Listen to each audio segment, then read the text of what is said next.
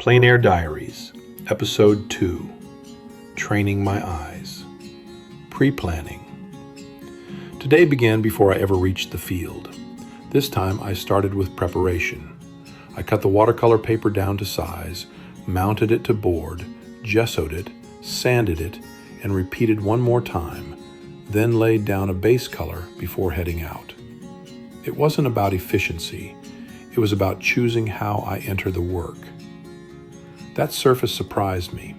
The gessoed paper had just enough tooth to feel grounded, but it held paint more like a hard surface, somewhere between watercolor paper and painting digitally. Enough resistance to stay present, enough smoothness to move freely. I don't know if this will become my permanent surface, but today it mattered. Checkpoint 1. Framing the world. One goal was learning how to see composition in a space with no edges. In the studio, the frame already exists.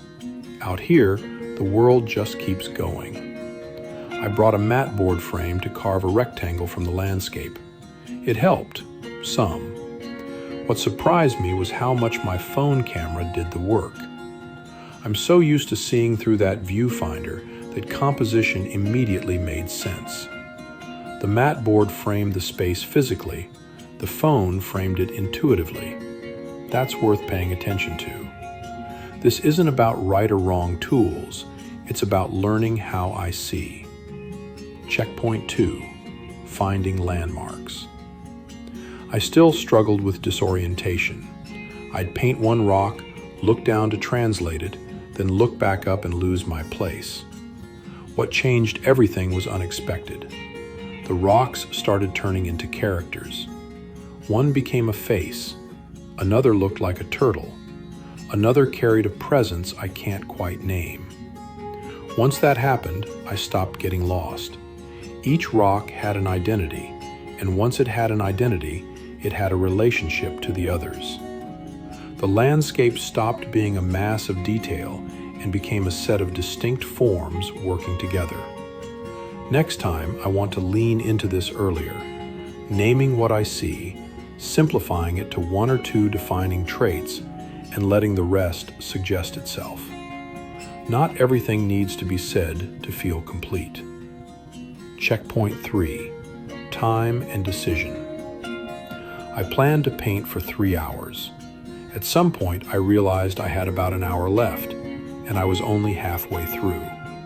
The sun was dropping. The temperature dropped faster, so I made a choice. The upper half mattered more. That's where the energy lived. Instead of forcing detail everywhere, I let the lower half become suggestive, something that belonged, not something that matched. And it worked. It reminded me of caricature artists, choosing a few defining traits and trusting the viewer to fill in the rest.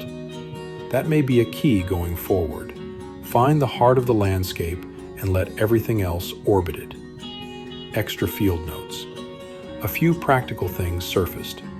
I couldn't find my stool, so I painted standing the entire time.